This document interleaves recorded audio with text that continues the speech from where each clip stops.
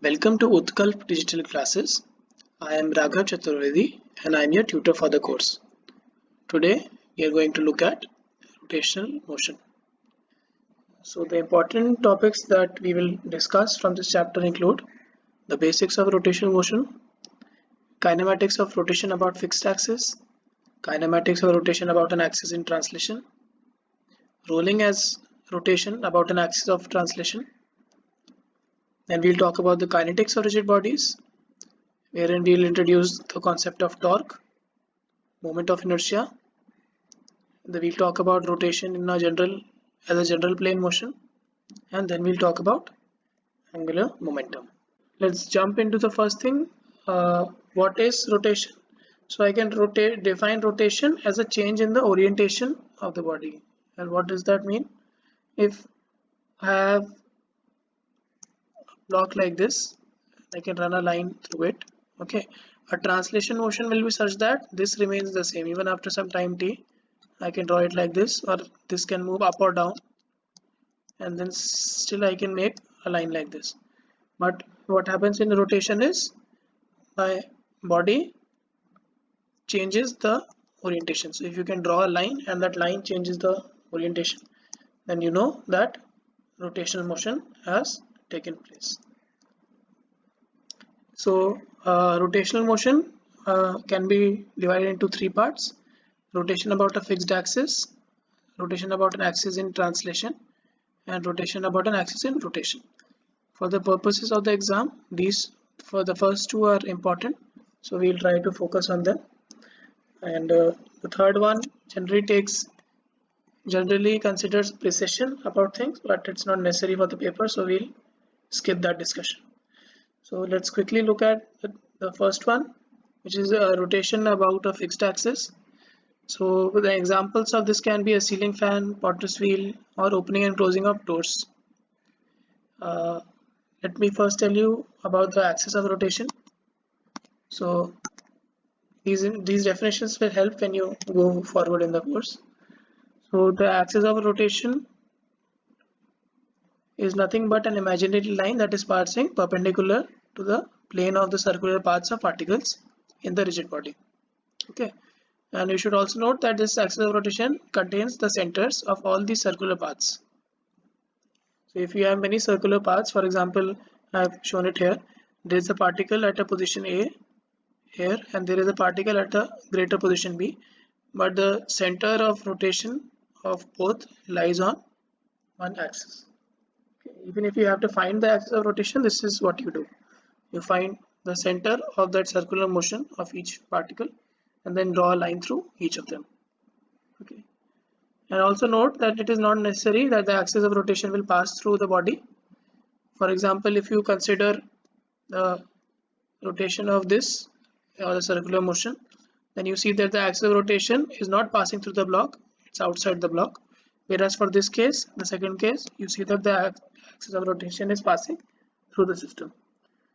So you should keep a note of some of the points because many of the questions will be along the fixed axis case. So I'll just try to write some basic observations that come when you rotate a particle about a fixed axis.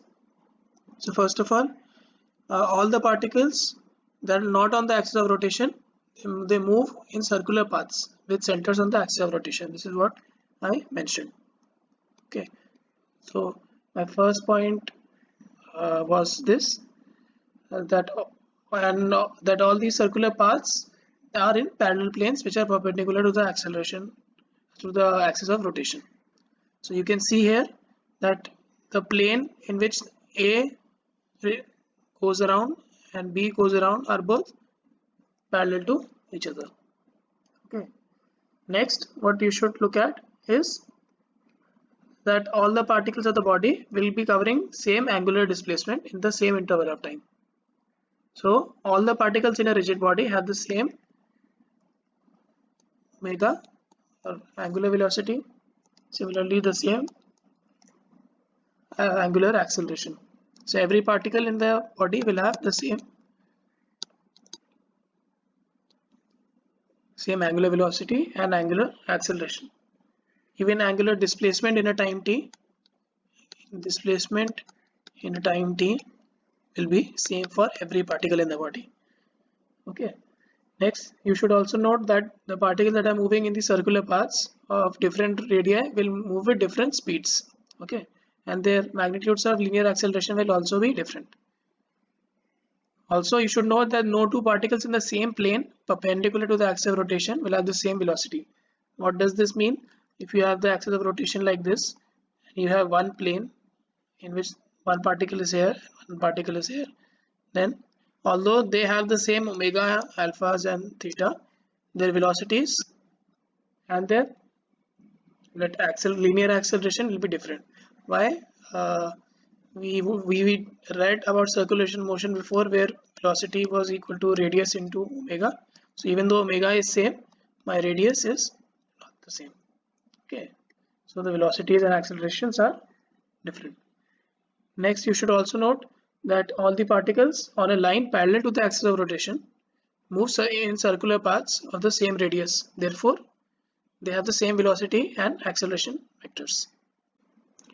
Next, let's consider the rotation about an axis in translation. So rotation about an axis in translation includes a broad variety of motions, but the most important one is the rolling motion, which will be referred to a while from now. So I think you should definitely pay attention to this. So what happens is, in a rotation about an axis in translation, every particle of the body always remains in a plane perpendicular to the rotational axis. Okay, so therefore this kind of motion is also known as general plane motion. This is also known as general plane motion. Okay.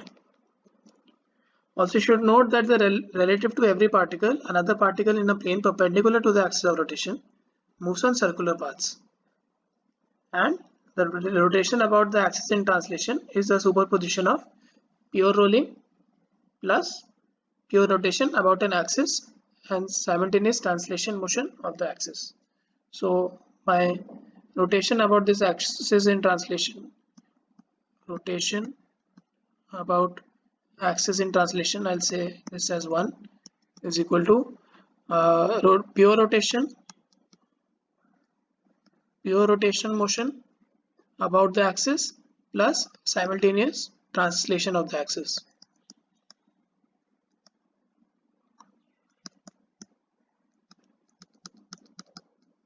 So you should keep this in mind when you look at these kind of problems. Next, let's just look at some basic relations between angular displacement, angular velocity and angular acceleration. Remember that rotation motion was the change in orientation of a rigid body with time. Okay, so if the angle theta continuously changes, I'll give you an example. If this was my body initially and I drew a line like this, after rotation my body became something like this. Okay, and let this be the line again. So what we see is there is a shift in the angle. Okay, shift by theta. So this is a new orientation, and thus if the angle theta continuously changes with time, then we can define instantaneous velocity, angular velocity, and instantaneous angular acceleration like this. So omega is d theta by dt. This is similar to the circular motion cases. Alpha is equal to d omega by dt or omega into d omega by d theta, which is analogous to the linear parts. Similarly, you can write the equations of motion for these, which are similar to the equations of motion for linear displacement.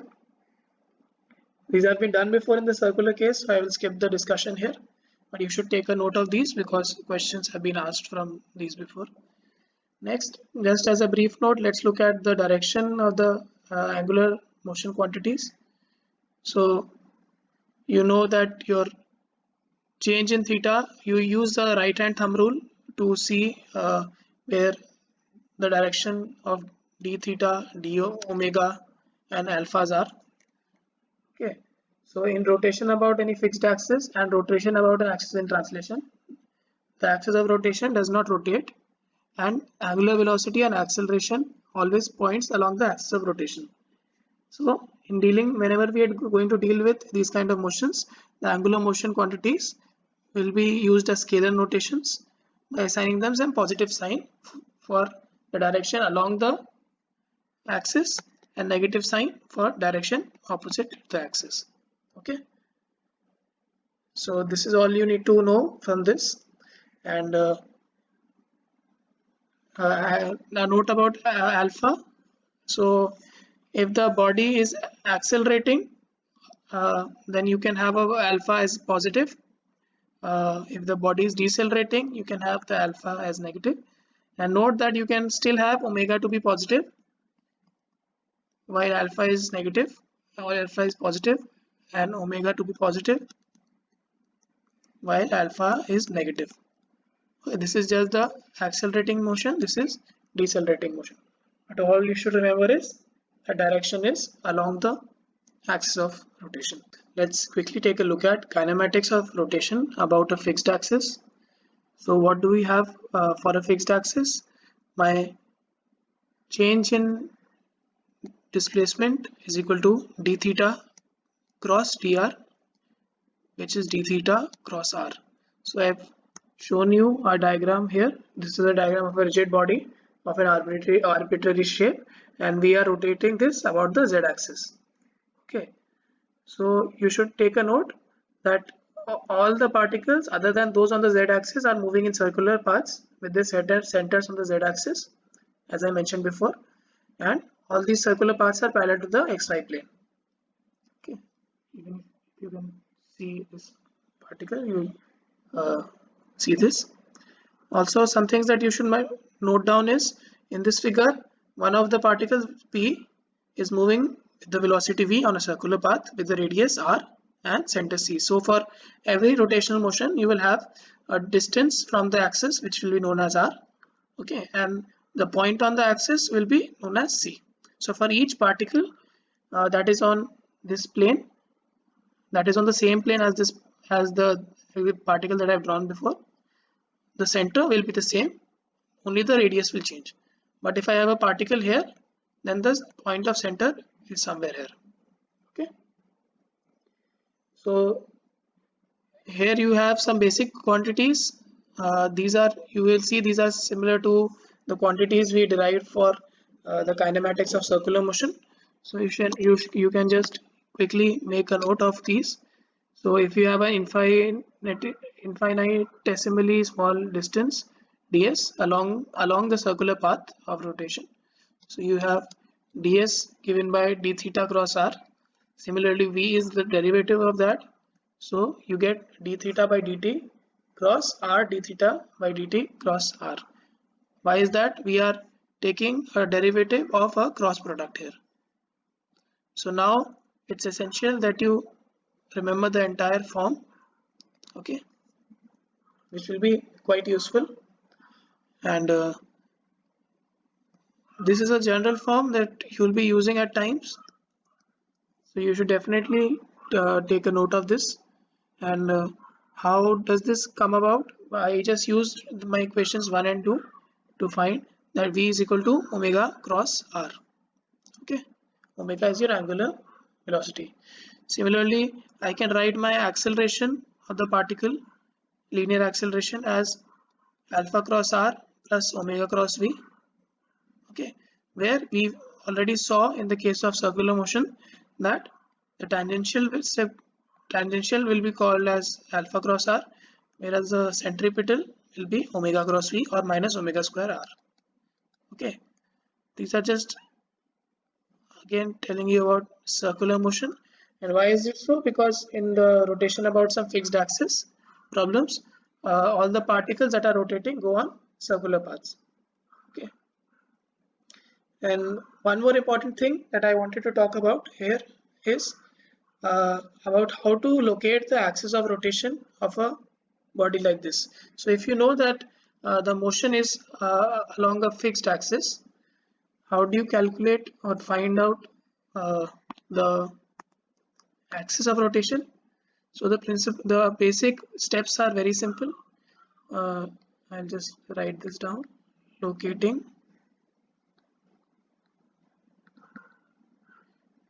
axis of rotation. In the previous one, I already told you what the axis of rotation was. It was along the z-axis. But in some questions, they often ask you a problem that will depend on you first finding what the axis of rotation actually is, which will simplify the problem. So let me make a cross section of this diagram here. Let this be that surface, and this is a center O, and there are different particles at different distances. So for example, I have a A here, okay, and I have B here.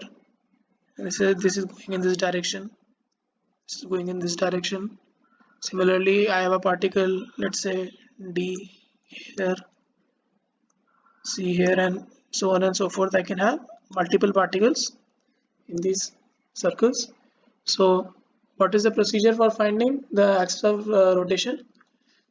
So the lines that are perpendicular to the velocity vectors and passing through the particles whose velocity vectors are neither parallel nor anti-parallel will intersect at the axis of rotation. Okay, so if I make the vectors perpendicular to this, perpendicular to A, I will see this is perpendicular. Similarly to D, for B also I can make a perpendicular line. For C also I can make a perpendicular line. So what you see is where all these perpendicular lines meet will make the axis of rotation. Also, lines perpendicular to the velocity vectors and passing through the particles whose velocity vectors are either parallel or anti-parallel coincide and intersect the line joining the tips of their velocity vectors at the axis of rotation. Okay. So for all practical purposes, what you do is you first of all write the velocity vectors, okay, of different particles of at least two particles. At least two particles, and then you find the perpendicular to those, and wherever these perpendiculars meet, okay, you will find that is your axis of rotation in the case of fixed axis motion. Next, let's quickly take a look at kinematics of rotation about an axis in translation. So a quick example of this is your rolling motion. Another example that you might see in the papers is that of a rod, let's say A and B, okay, and which is having a velocity in this direction. B is having a velocity in some velocity VB. This has some velocity VA. Okay, so this is another example. So how do I do any problems of this sort? First of all, I'll be finding the axis of rotation from what I discussed in the previous section. So you can easily find this axis of rotation. And also I'll introduce a topic, the point of instantaneous axis of rotation. So the instantaneous axis of rotation is the mathematical line about that a body in a combined translation and rotation motion can be thought of as a pure rotation at an instant. Okay. So the instantaneous axis of rotation will keep changing itself. Let's consider one example to elucidate how these things work. So I have this same situation can be written as pure translation of A. Then I can write this as a pure rotation about A. Okay, pure rotation about A. Okay, and then your entire process is nothing but a combination of pure translation and pure rotation. So the motion of the rod can be conceived as a superposition of both. Okay, what you can draw from these diagrams is, help us zoom it a little. So for this case, my instantaneous axis was around the point A. Okay, now what do we have? We can first write the velocities of both.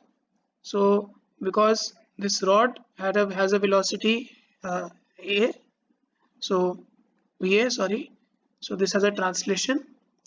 Similarly, because of rotation, I know that the velocity due to pure rotation is written as omega cross some velocity, omega cross r, sorry. So omega, here the r is nothing but AB, r is this. So I have a rotation, and then when I try to find the combined motion of both, then I'll see that A is just moving with the velocity v, but for the case of B, I have omega cross AB in this direction, whereas I have a velocity of A in this direction. Okay, that will superimpose to give me the combined translation and rotation. So the combined motion is nothing but the translation of point A plus pure rotation about point A. So the velocity of any other point in the system, let's say VB, can be written as VA plus VB with respect to A. Okay, where VBA is nothing but omega cross AB.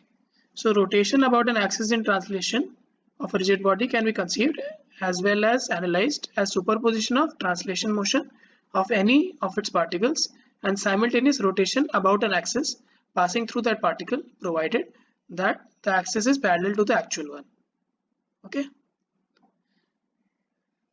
Some points that you should keep a note of are, my VB is nothing but VA plus omega cross AB.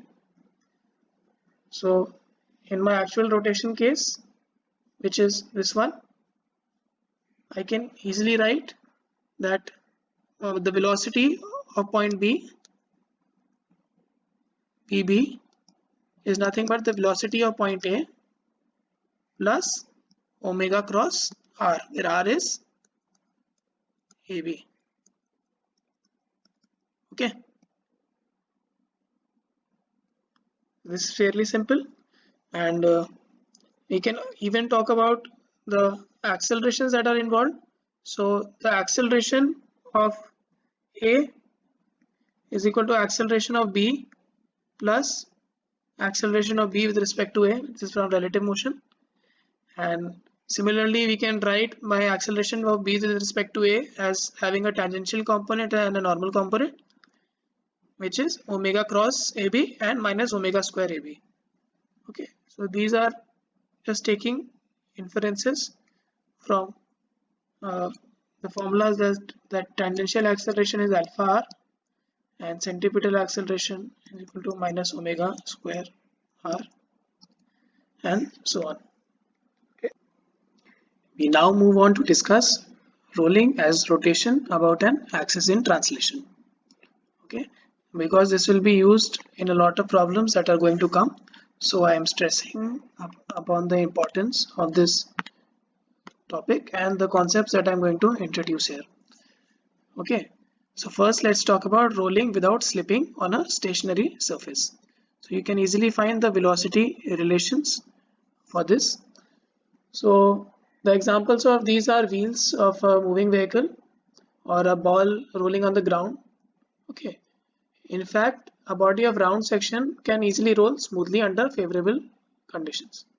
Okay, and on the other hand, if there are objects with corners such as dice that we generally roll in a game, so what they do is they lose their contact with the ground, and this type of motion will be known as toppling. We will do a problem later to tell you about toppling. So if the point of contact of the rolling body does not slide, let me tell you what if this is the rolling body, this is the point of contact between the surface and the body. So if the point of contact of the rolling body does not slide, it is known as rolling without slipping or pure rolling or simply rolling motion. And if it slides, then it is known as rolling with slipping.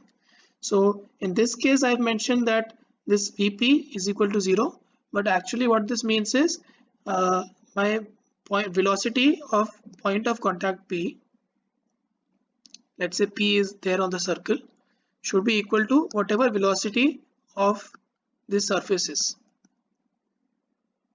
Okay, so here the surface is stationary, that is why I'm writing Vp is equal to Vs.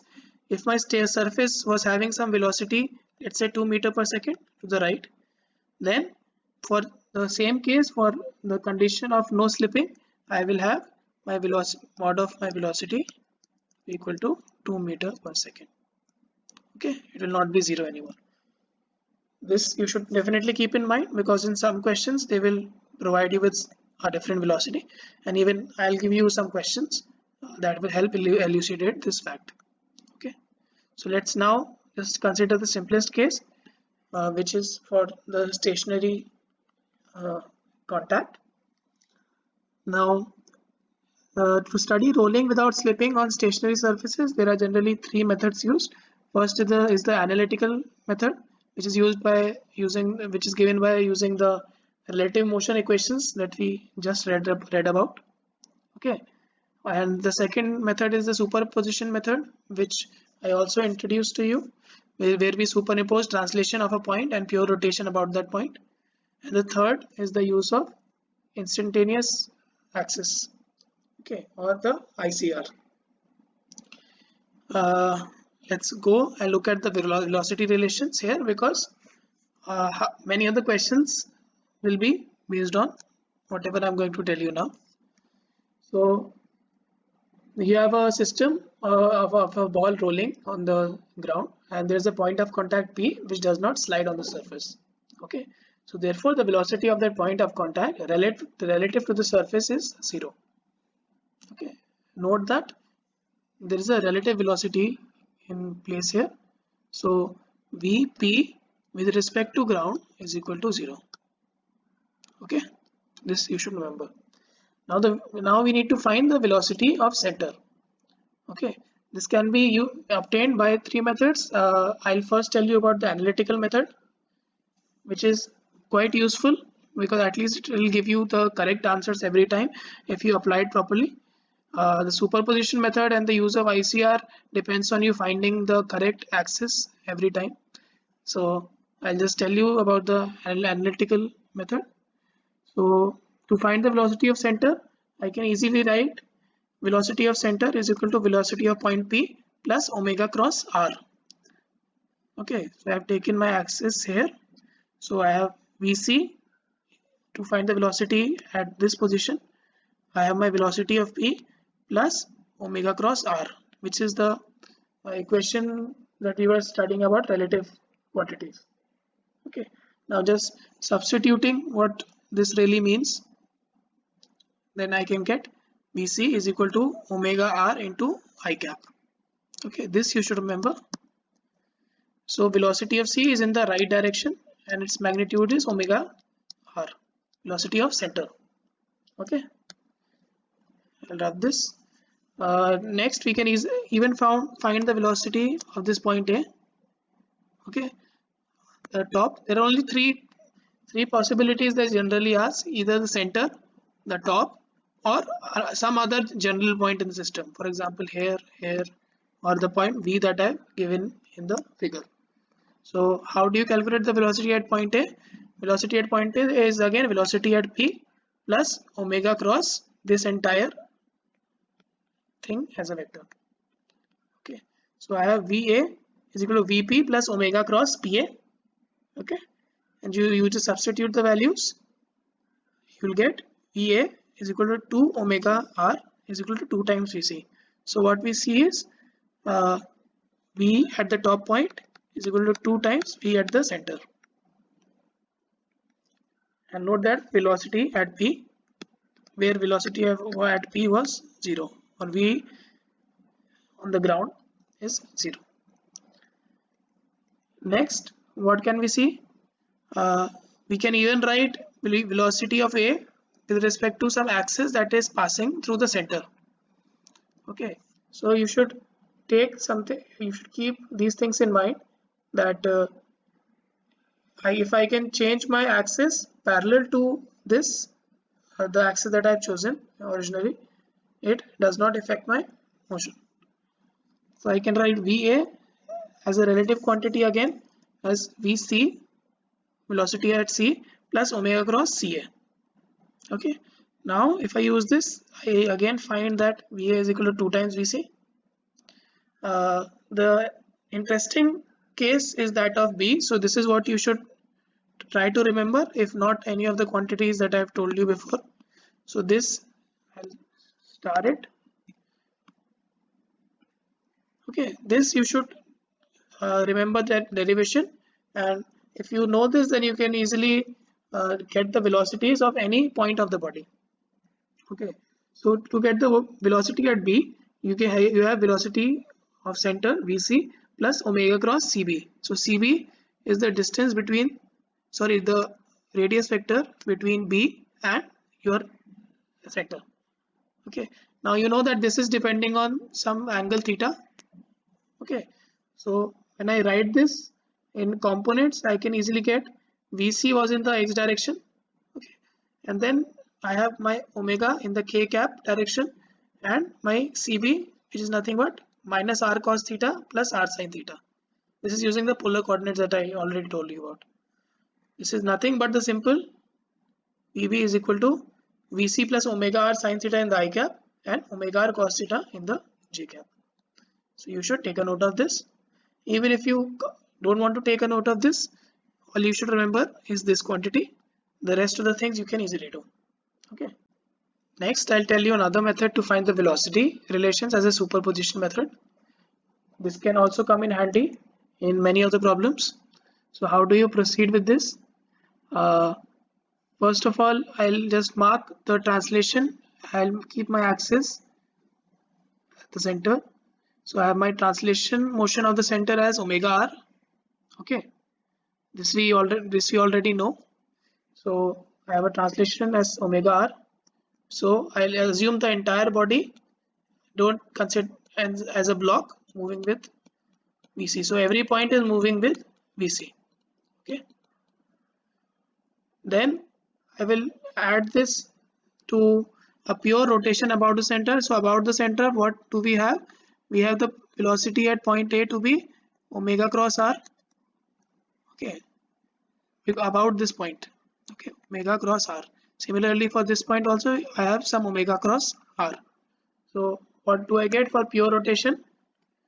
I have some velocity vectors with respect to C, and like VPC and VSC, and then what I do is I just add them up. So for the point A, I add this velocity and the velocity for pure rotation, and what I get is 2 omega r. For the P case, I get VC is equal to omega r for due to rotation, omega r in the left direction. So I get VP is equal to 0. Okay. Similarly, you can find it for any point in the system. For example, in the second part, I have given it for B. Okay, what you see is for B, for this point B, there is a velocity of C in this direction. Here it's pure translation motion. Okay, then there is a vector of rotation in this direction, which is nothing but VPC is equal to omega r, and then you get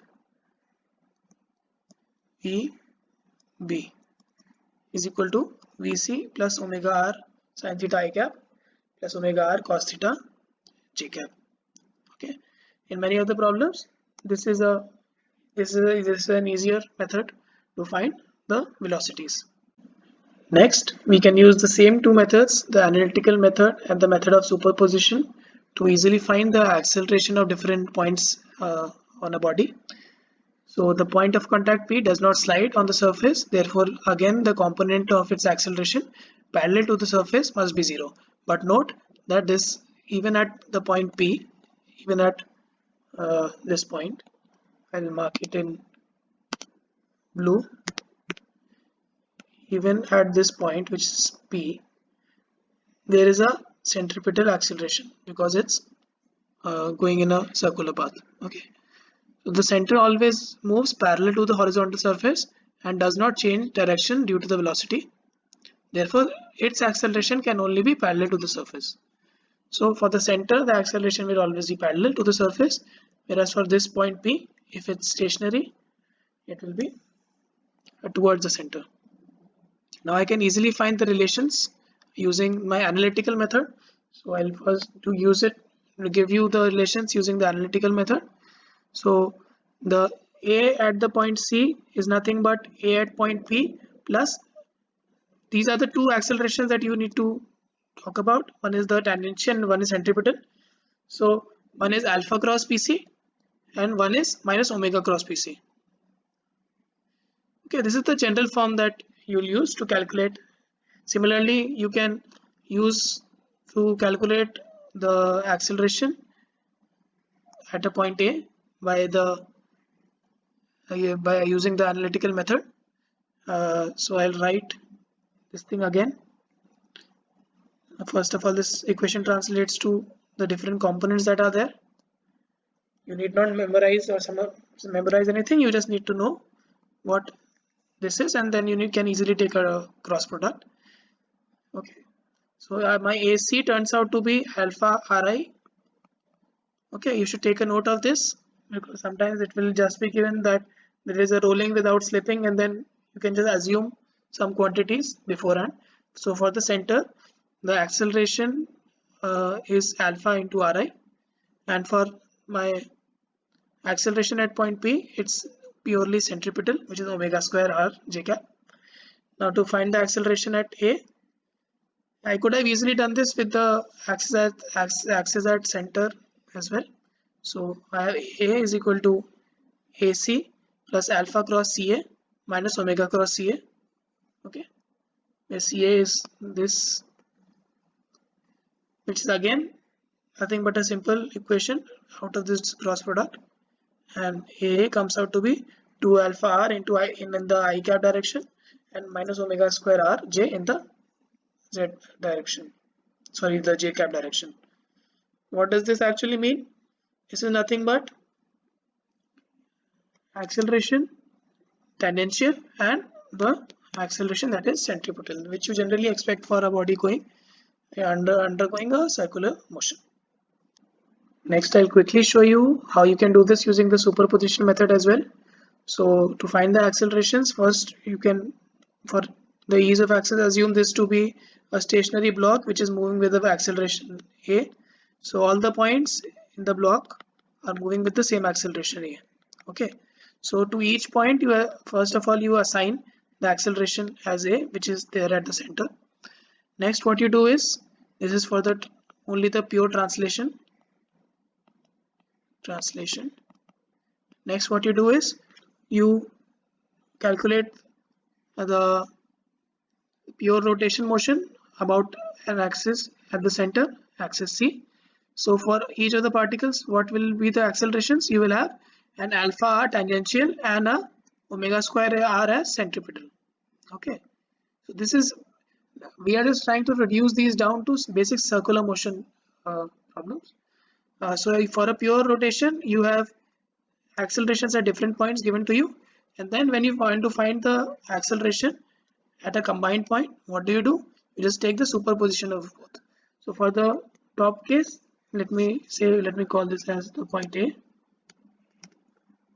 So for point A, what will the acceleration be? Acceleration at point A is equal to, from the first one A, from the second one alpha R, this will be in the I cap direction, and in the other direction I will have, sorry, minus J cap direction, I will have omega square R. This is what I'll get as the acceleration at different points, and this is all you need to know in order to find the velocities and accelerations at different points in the system. Let's look at one question. Two identical disks, each of radius r, are connected by a cord as shown in the figure.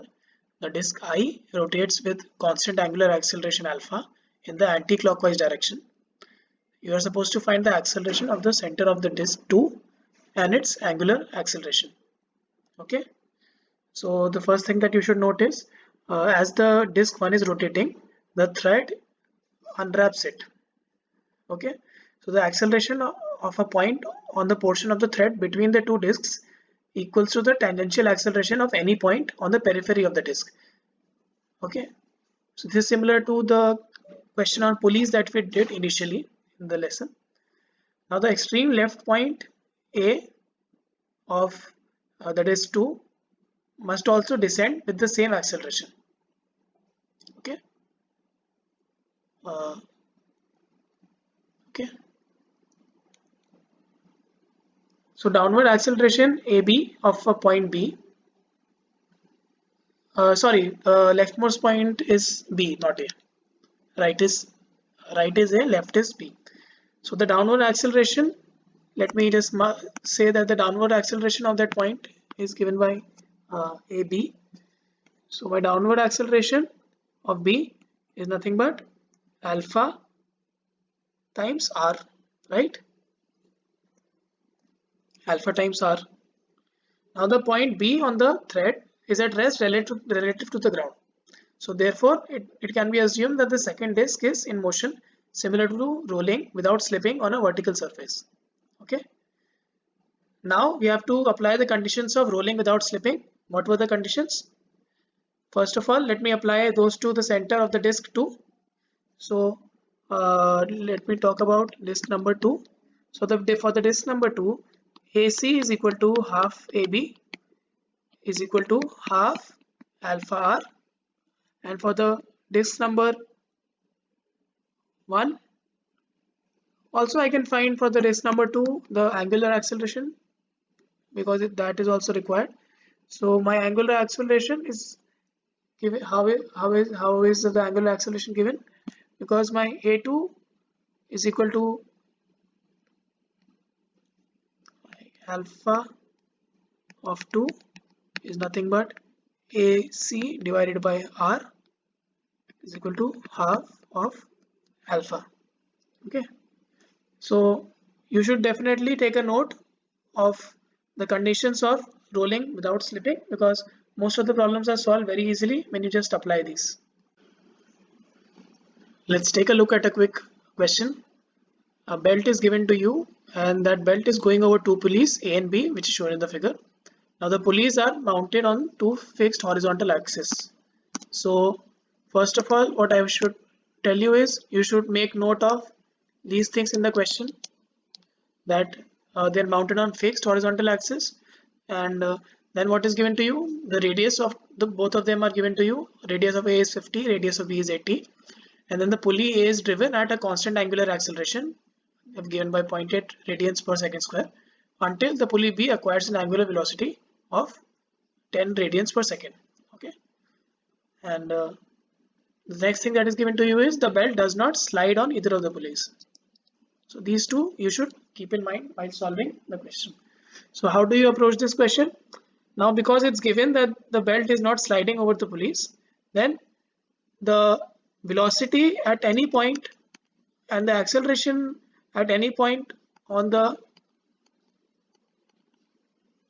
chain or the belt in question is equal to the velocity and acceleration that are there all over. So you can equate it to the tangential acceleration that either B has or A has, and the velocity that B and A has on the periphery of the pulley. Okay, so what does this mean?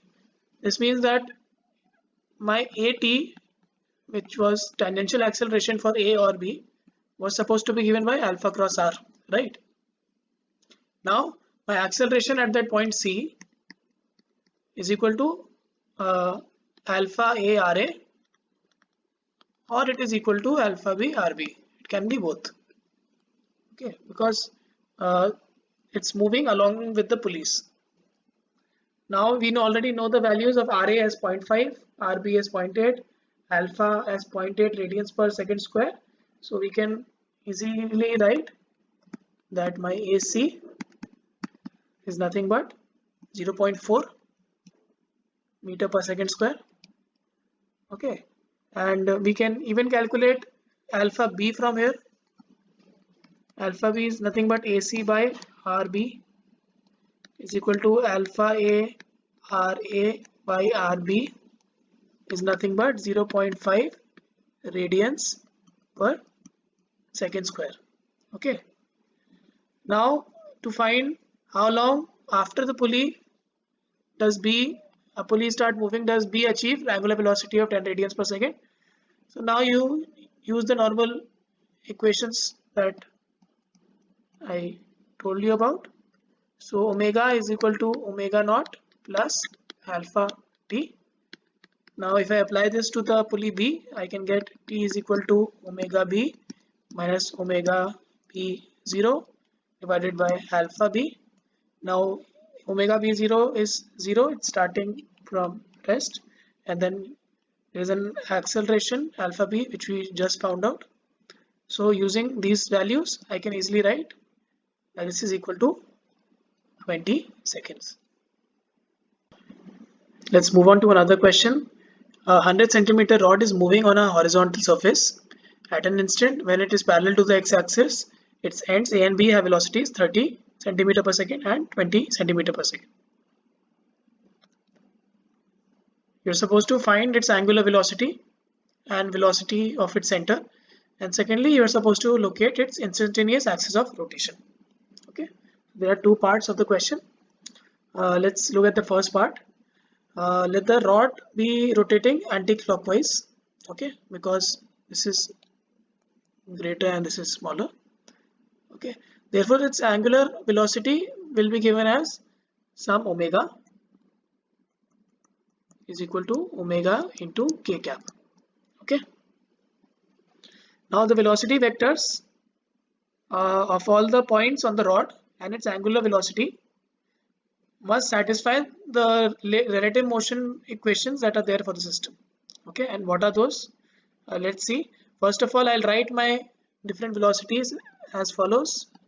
My VA is equal to minus 20 j cap. My VB is equal to 30 j cap. I'm not writing the units right now. So using the analytical method, I can write my VB is equal to VA plus omega cross AB, because velocity is omega cross R, and with respect to A I am having this as the velocity of B. Okay, these are the things that you will be using when you will do other problems as well. Okay, so using this I can easily find that omega is equal to 0.5 radians per second. Okay, now you need to find the velocity of the center C of the rod. Now it will also satisfy the same equations. So the velocity of C is nothing but velocity of A plus omega cross, let me mark this as C, omega cross AC. Okay, if I just use this, I'll get my velocity of C is equal to minus 20 J plus 0.5 K cross 50 I. Okay, if I find the dot product cross product of this and then add it to minus 20 J, I will get the value as 5.0 in J cap. You should take a note of the normal analytical method that we use. Now you are asked to locate its instantaneous axis of rotation. So how do you do that? We already told you that what you need to do is either make the perpendiculars from the ends of B and A. Okay, but in this case, even if you draw the perpendiculars, they are not meeting at a point because they're along the same line.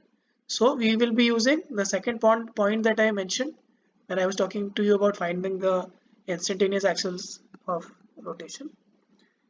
So as you can see that the velocity vectors of the particles A and B are anti-parallel. Okay, so you cannot use the first method. So you can first of all make the triangles. Let this be the rod. This was one of the velocity vectors VB. This was the velocity vector of VA. Okay, now I can draw maybe a line at some point P, and let this point be my instantaneous axis. Now if you can look at the triangle A, let me call this as A, this as A prime, this as P, this as B, and this as B prime. So if you can look at the triangles A prime P and B prime P, they both are similar triangles, and AB is given to you as 100 centimeter. Okay, so AP is equal to 40, and the instantaneous axis of rotation passes through the point P, which is 40 centimeter from A. So this is one of the methods on how to find the instantaneous axis. Okay, so what you do is you first draw the perpendiculars to both the velocities, and then you join the heads of both the velocities, and wherever there is an intersection, you take that as the point. Okay, another method is also there to find it. It's basically an analytical approach. So what do you mean by an instantaneous center of rotation? If you don't want to do this through this figure, you can just use the definition, which is quite simple. So the analytical approach says that if you're trying to find the instantaneous center of rotation, you know that it is instantaneously at rest. Okay, so let that point be some P. So Vp can be written as Va plus omega cross Ap. You need to find a Vp such that this is valid. Now Vp is equal to 0 as it's the instantaneous center. So you have 0 is equal to minus 20J plus 0.5 K cross AP into J cap. This turns out to be 40 centimeter again. So you can use either of the two approaches. You can draw it geometrically as well, and you can do it analytically as well. Let's look at one more problem. A disk of radius r is rolling down on a circular track of radius capital R. There is no slipping between the disks, so let's just keep this into consideration. While line OC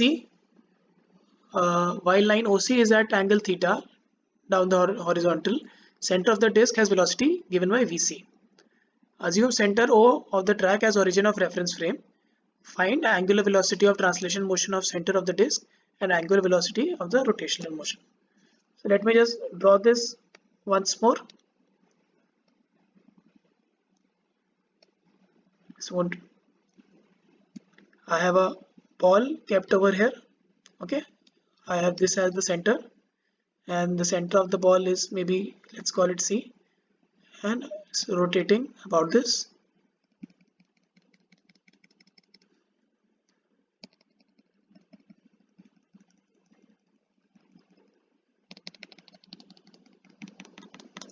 Okay, now what is given to you? Let me just draw the instantaneous velocity of the center as Vc. Okay, now the angular velocity of the translation motion of the center of the disk, okay, it will be given by what? My angular velocity of the center of the disk will be given by d theta by dt. Okay, now the center of the disk is moving on a circular path of radius r minus r. So if the entire thing was r and the radius of this is r, small r, then the actual radius of the path is r minus r. Okay, Now I need to find the relation between the velocity Vc of the center of the disk and the capital radius r of the circular track. Okay, so I can easily write, because V is equal to omega r, I can write Vc is equal to omega naught r minus r. Okay, these are the first two equations that you get from this. Why is this happening? Because we have taken O of the track as origin, so everything is about the origin. Next, what do? From here you can see that angular velocity of translation motion of center of the disk is given by omega naught is equal to Vc by r minus r. If I just transpose it here, I can write Vc by r minus r. Okay. Now since the disk is rolling without slipping, which is given here, its angular velocity of rotation omega is given by the following equation, which will be Vc is equal to omega into r, because it's not rolling. This is only considering the ball that is just rolling and not slipping. Okay, now using these two, I can easily find that my omega turns out to be Vc divided by r.